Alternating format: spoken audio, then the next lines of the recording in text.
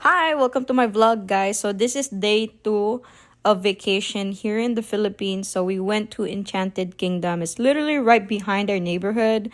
My whole childhood, we had the fireworks going on right behind our backyard, and we never get to experience it until now.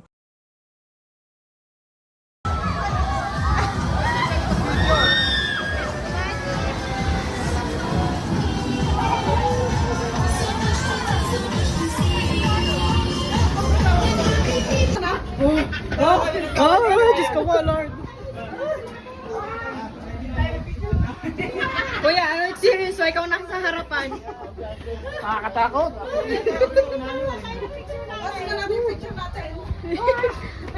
Diyos ko po, Lord. Isa pa lang yan, ha?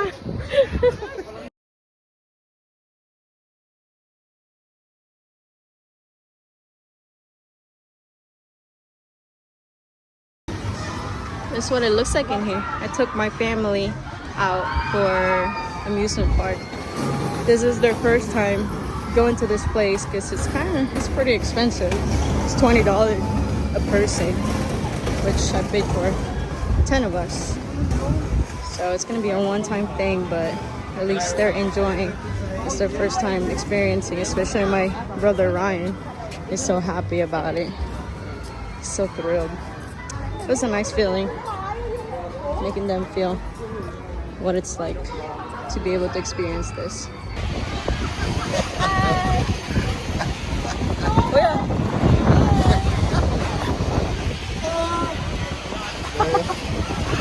Nahawa. Sarap matulog.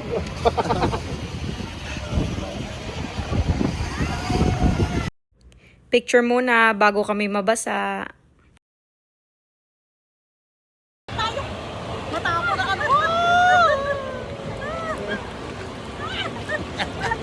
Uy, ano, mga lagdag. Madali nga, binataw na ito. Uy, ang bagal mo eh. Bilat dati kasi.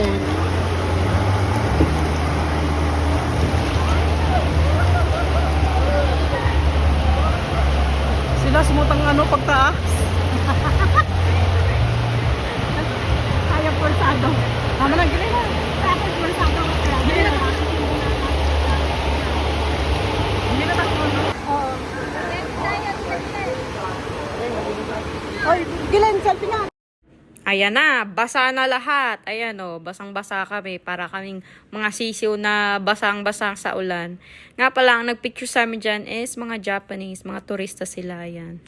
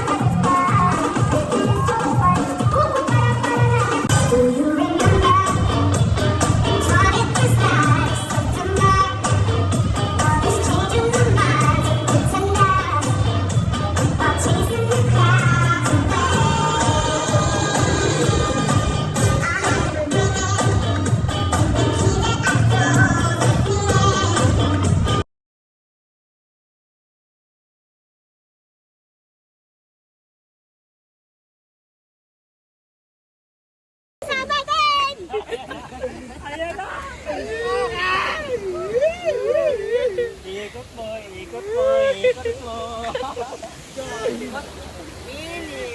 Basta na yung sapatos mo. Sino mapapounce? Ikot, yan, yan.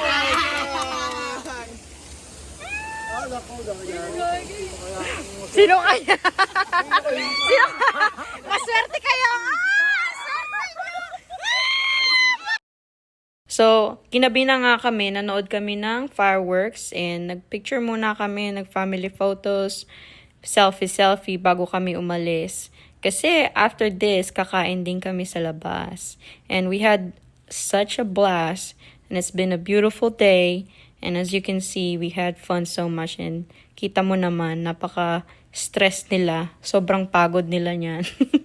Basa kami lahat. So, that's it for today, guys. Thank you for watching. Bye!